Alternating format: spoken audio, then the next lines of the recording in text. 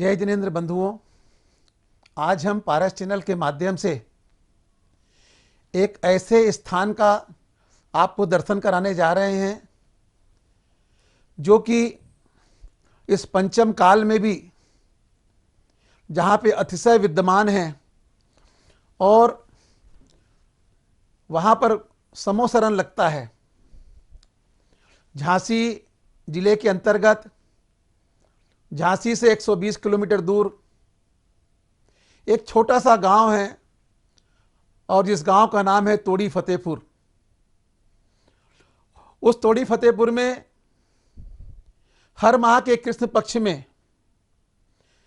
12, 13, 14 अमावस्या के दिन मेला लगता है। सैकड़ों की संख्या में वहां भक्त आते हैं और अपनी मन की मुरादें पाके जाते हैं। आज भी जब पार्श्वनाथ भगवान की अश्चर्यकारी प्रतिमा का मंदिर जो कि तोड़ी फतेहपुर में विराजमान है और जहां पर जब दरबार लगता है उस दरबार में हम प्रश्न करते हैं और हमें उन प्रश्नों का उत्तर मिलता है। और तोड़ी वाले बाबा का तो यह चमत्कार है कि रोते रोते आते हैं और हंसते हंसते जाते हैं। आपने अपने जीवन में अगर तोड़ी फतेहपुर के दर्शन नहीं किए हैं तो जरूर एक बार जाना और पार्श्वनाथ भगवान के दरबार में जाकर के श्रीफल अर्पण करके अपने मन की मुरादों को पाना।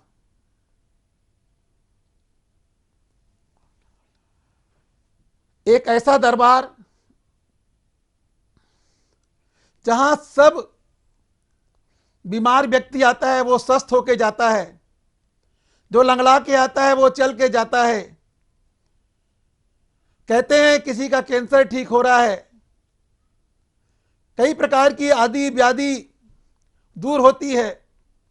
ऐसा दरबार तोड़ी वाले बाबा के दरबार में आप जरूर आएं और आइए हम वहाँ तोड़ीपुर वाले बाबा के प्रवचन और आपको वहाँ के दर्शन कराते हैं पारस चैनल के माध्यम से। आप देखते रहिए तोड़ी वाले बाबा अश्चर्यकारी भगवान पार्श्वनाथ भगवान के दर्शन कर अपने जीवन को धन्य करें। जय जिनेंद्र। उत्तर प्रदेश के जिला झांसी में मऊरानीपुर के समीप स्थित अतिशय क्षेत्र तोड़ी फतेहपुर एक ऐसा अद्भुत क्षेत्र है जहां देवभूत अतिशयों का आज भी प्रत्यक्ष देखा एवं अनुभव किया जा सकता है तथा जहां मात्र वीतरागी जिनेंद्र भगवान के अलावा अन्य किसी भी प्रकार के मिथ्यात्व पोषक देवी देवताओं की पूजा भक्ति आदि न होती है और न ही प्रत्यक्ष अथवा परोक्ष रूप से ऐसी प्रेरणा दी जाती है, बल्कि दृढ़ता पूर्वक गृहीत मिथ्यात्व पोषक क्रियाओं रागी देवी देवताओं आदि की मान्यता को छुड़ाकर वीतरागी देव शास्त्र गुरु का सदाचारी श्रावक बनने का रास्ता बताया जाता है। क्षेत्र पर आज भी रत्न वृष्टि देखने को मिलती है। वर्ष 2021 के भाद्र पक्ष में क्षेत्र पर अढ़ाई द्वीप विधान संपन्न किया गया। नियम त्याग पवित्रता एवं श्रावकों द्वारा लगातार एक अन्न का भोजन किया गया, जिसके फलस्वरूप हवन की पूर्णाहुति के कुंड से लगातार घी का निकलना प्रत्यक्ष चमत्कार को दर्शाता है। स्वाहा बोला है तो हम जो मनुष्य गति में हमने क्रोध मान कसाय ये सब त्याग दिया है। हमारे पास जो भी आएगा उसको समानता से देखूंगा, उसको किसी प्रकार से दोषी नहीं बनाऊंगा, उसको अपना बनाकर रखेंगे, उसके प्रति भाव खराब नहीं करेंगे। बंधुओं, जब दूसरों को तुम समान रखोगे, समझिए दूसरों को समान रखोगे तो मनुष्य तुमको देखेगा, अरे ये हमारे अपगुणों की बात तो करता नहीं है, हमको देखकर कितना खुश होता है, उस समझाने में लग गया है। समझिए तुम्हें किसी के दोष नहीं देखना है। यदि दोष देखना है तो दोष को दूर कराइए, उस दोष से तुम घृणा मत कीजिए, उससे दूर कराइए। जब तुम जल के समान बनोगे तो जल में ऊंचा नीचा नहीं होता है, ना हल्का होता है, ना बड़ा होता है, ना पाखंडी होता, कोई नहीं होता है, समान दिखता है जल। तो बंधुओं, तुम्हें समान बनना है, तब जल कैसे बनोगे? तब भगवान तुम्हारे अंदर विराजमान अच्छे समझे जाएंगे। समझो, अष्टविधि के द्वारा समझते जाइए। इसलिए अब हम सुगंध बनते हैं, तो जो हम जल के समान बनेंगे, जब हम इनको अपने अंदर बसाएंगे तो हमारे अंदर से सुगंध की लहर दूर हो जाएगी। माने सुगंध माने हम किसी के दोष, किसी प्रकार के दोष नहीं देखेंगे, किसी को हम दोषी नहीं बनाएंगे। अपनी वाणी के द्वारा, मन से, वचन से, काय से हम किसी को दोषी नहीं बनाएंगे, ना किसी को हम गंदा कहेंगे। अपनी वाणी से हम अपशब्द की वाणी नहीं निकालेंगे, हम हिंसक वाणी नहीं निकालेंगे, अमृत वाणी निकालेंगे। जब अमृत वाणी निकालेंगे तो वो सुगंध की तरह लहर दौड़ जाएगी। समझो, वो भी जल के समान सुगंध होता है। जब तुम्हारा ऐसा अंदर से भावना होगी, जब मनुष्य देखेगा ये किसी के दोष नहीं देखता है, किसी के बुरे कर्म नहीं देखता है, जैसे आ जाते हैं तो उसको समझा दो, तो ऐसा नहीं करना चाहिए, तो तुम्हारी बात बुरी नहीं लगेगी। तुमने क्योंकि अब समझाने में उसको, उसके दोष को पकड़ा है, लेकिन जब तुमने उसकी महानता की, उन दोषों को जब नहीं पकड़ा, तो मनुष्य अपने आप अचंभा करके देख जाएगा, अरे ये सही में मंदिर जाते हैं, पूजन करते हैं, इनके भाव अच्छे हैं। तो हो सकता है तुम्हारे देखकर, तुम्हारे भावों को देखकर वह सही में बदल जाए। देखो, फिर नई वेद आती है, माने जब तुम सुगंध बनोगे तो तुम्हारे शरीर के अंदर कैसा पवित्र भोजन रहेगा, अभक्ष का भोजन नहीं जाएगा, पवित्र का भोजन जाएगा, शुद्ध भोजन जाएगा, जो तुम्हारे शरीर को हानि नहीं पहुंचाएगा, जो तुम्हारे शरीर को लजाएगा नहीं। बंधुओं, तो तुम्हारा शरीर इतना सुंदर लगेगा, असुंदर नहीं लगेगा, सुंदर लगेगा, क्योंकि जब कोई बीमारी तुम्हारे शरीर के अंदर नहीं आएगी तो समझो तुम्हारा शरीर पवित्र होगा और सुंदर काया रहेगी। समझिए, अब सुंदर काया तो हो सके है, लेकिन ये किसमें नहीं लगा है, आप त्याग के उसमें लगना है। अभी हमने भावनाओं से बसाया है, जल बने हम सुगंध बने, नैवेद्य बने। अब हमें त्याग की भावना लेना, जब दीप बनेंगे, जब इन त्याग से ज्वाला की रोशनी फीकेगी तो उजाले में आ जाएंगे। बंधुओं, जब दीप चढ़ाते हो, दीपम न पामती स्वा बोलते हो, तो हम दीप, जब हम अपने, हमारी वाणी से चारों तरफ का अंधकार दूर होगा और उजेला जहां चारों तरफ पहुंच जाएगा तो हम दीप बन जाएंगे। समझो, हमारे अंदर गंदगी नहीं रहेगी मेरे शरीर के अंदर। जैसे तुम मकान बनाते हो और मकान में जब गंदगी नहीं होती है तो वहाँ देवों का वास होता है, और जहाँ मकान में गंदगी होती है, अशुद्धता का भोजन होता है,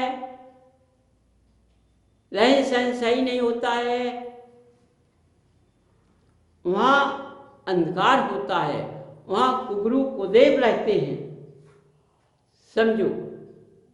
तो वहाँ भाई मकान अच्छा नहीं लगता है, तो समझ लो जब मकान अच्छा नहीं लगता है तो मनुष्य भी अच्छा नहीं होगा, समझिए।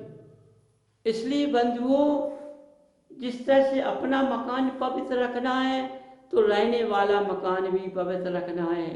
हमारे मकान के अंदर अभक्त का वास नहीं होना चाहिए, समझो। यदि घर घर से अभक्त चला गया तो देववास चारों तरफ फैल जाएगा, समझो। जो आज प्रतिक्रिया चल रही है चारों तरफ, समझो देश के अंदर चारों तरफ चल रहा है, भाई भाई की नहीं बढ़ रही, सास बहू की नहीं बढ़ रही, पुत्र पिता की नहीं बढ़ रही, ये कितने झगड़े हो रहे हैं। सोचो, कहीं चले जाओ, बच्चियां कितनी शादियां कर लेती हैं, 1 2 3 4, उनका धन पिता बेच देता है, बच्ची को बेच के पिता धन कमाता है। बोलो आज का मनुष्य कितना बड़ा व्यापारी बन जाता है, कितना बड़ा व्यापारी बन जाता है। समझिए कि अपने बच्चियों को भी बेचकर पैसा कमा लेता है, इससे बड़ा व्यापारी कहाँ मिलेगा।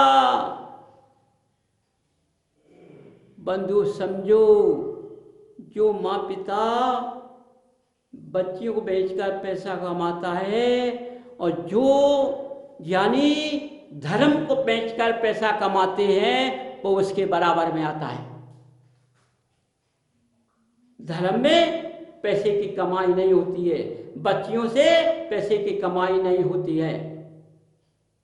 धर्म कभी बिकता नहीं है, ज्ञान कभी बिकता नहीं है, पुत्र की कीमत नहीं होती है,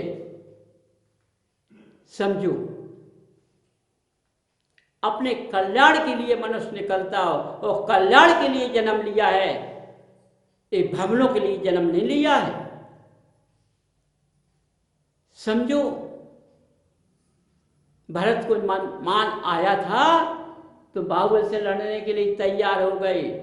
जब उन्होंने सुदर्शन चक्र फेंका तो देखो बाहुबल चक्र नीचे चला गया, समझो।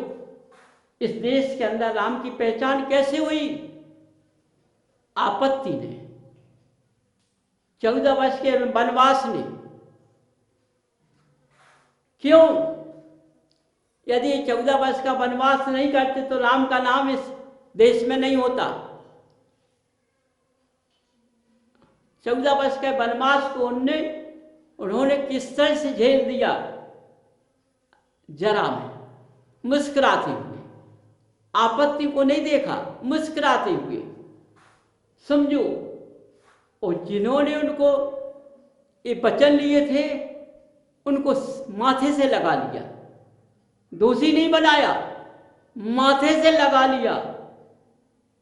देखो भव्य जीव जब होते हैं, समदृष्टि जीव जो होते हैं, वे किसी को बुरा भला नहीं कहते, अपने कर्मों का दोष देते हैं, समझो। जिन्होंने अपने कर्मों को दोष स्वयं को दे लिया, दूसरे को नहीं दिया, वही भव्य जीव कहलाते हैं। जब आज इस भरत भूमि पर इनका राम चल रहा है, यदि इनका 14 वर्ष का वनवास नहीं था तो इनको कौन पहचानता? बाहुबली को कौन पहचानता? स्वतंत्र पैर के नीचे नहीं जाता। तो भरत ने जब अपना नाम लिखने के लिए पहुंचे तो उनको स्थान नहीं मिला, समझो। स्थान नहीं मिला तो इनका मान चूर हो गया। मान इतना खराब होता है कि ये रिश्ते खत्म कर देता है, ये धर्म खत्म कर देता है। मान के बहुत सहपाठी होते हैं, मान, अहंकार, स्वाभिमानी, क्रोध, छल, कपट, माया, ये मान के अधिकारी हैं सब, इनके साथी हैं ये सब, समझिए, कुलक्ष्मी, ये लक्ष्मी तुम्हारे शरीर को खाएगी। आज देखो कितनी लक्ष्मी आज शरीर को खा रही है। जैसे मछली किसी मृतक जीव को का मांस लौटती है, जैसे तुम्हारा मछली बनकर ही पैसा तुम्हारे मांस को लौटता है। समझो बंधुओं, तुम कहां सो रही हो? तुम ऐसे पैसे की कमाई में, ऐसे पैसे लक्ष्मी को तुम अपने शरीर को लजा रही हो।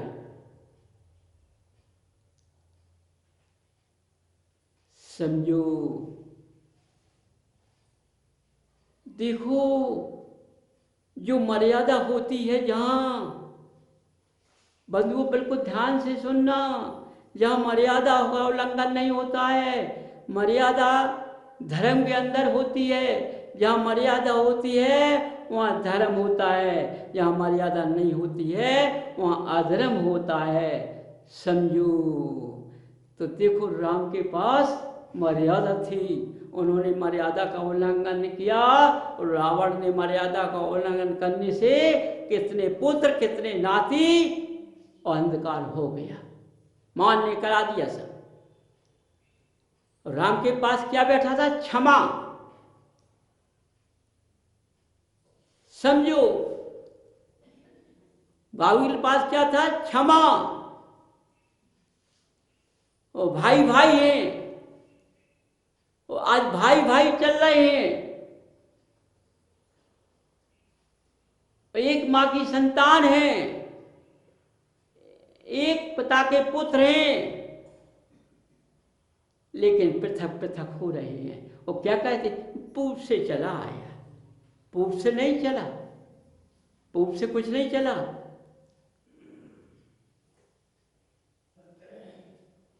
जितने पुत्र थे उन्होंने राज दे दिए थे, केवल भरत को मान आया